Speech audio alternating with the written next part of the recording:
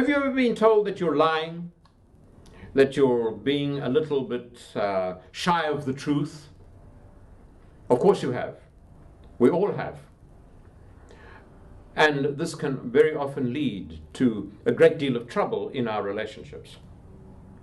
Well, here's another point of view. I'm not sure that the truth is in fact ever available to us, not in any absolute sense. Let me ask you a question. This morning, almost certainly, you looked at the sun. Now, did you see the sun? You did? I say to you this, no, you didn't.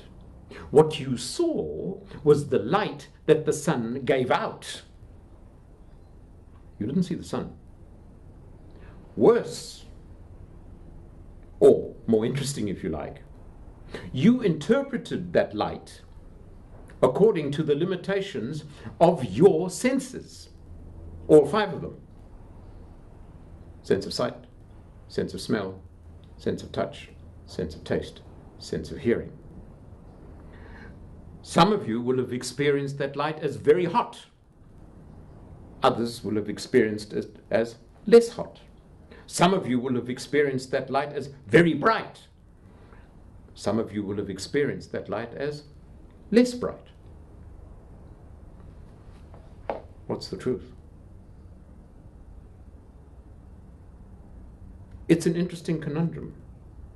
And I'm not sure that the truth in any absolute sense is ever actually available to us. Look at this diagram that I put up here on the flip chart. Each of us have daily experiences. Things happen to us. And they happen in a flash.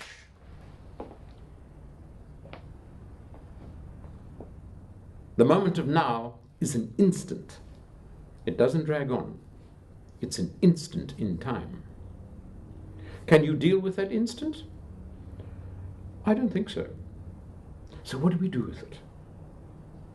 Well, the very first thing that we do with an experience, and this perhaps is the only way that we can actually deal with it, is that we commit that experience, that moment of time, to memory.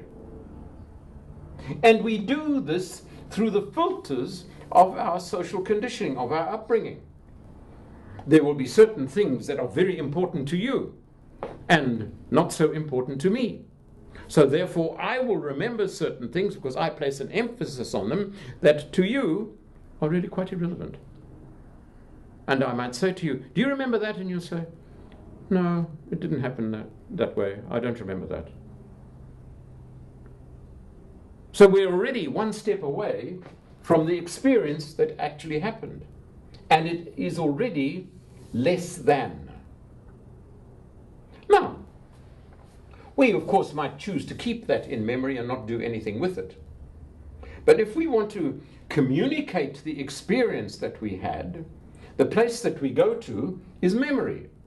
And we extract it from memory by language. Now, language can of course be what I'm using to you, words. It can also be a drawing or some other kind of demonstration.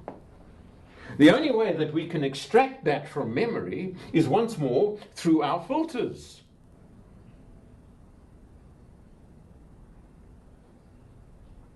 It becomes language. That in it again becomes somebody else's, the listener's, the observer's experience through their filters. I might use, for example, in language, the word home. Now, if you've had a very pleasant childhood where home was a place of flowers and good conversation and music, the connotations would be pleasant. But for somebody else, the word home might mean somewhere that's not so good. So their experience of your language will be quite different. In four short steps, we have moved a long, long way away from the original experience. So I am not sure that the truth, in any absolute sense, is actually ever available to us. Does this mean that you now have license to go out and tell lies? No. It highlights the one great challenge of life, and that is that what we are called upon to do, and this is one of the basic tenets of what I teach, and one of the things that we will wrestle with if you come and work with me, one of the basic tenets that I teach, that what life calls forth from us is to do the very best that we can. We need to strive towards things. We need to work hard to get there. They are not simply available to us. This is the work that you will do with me at Foundation.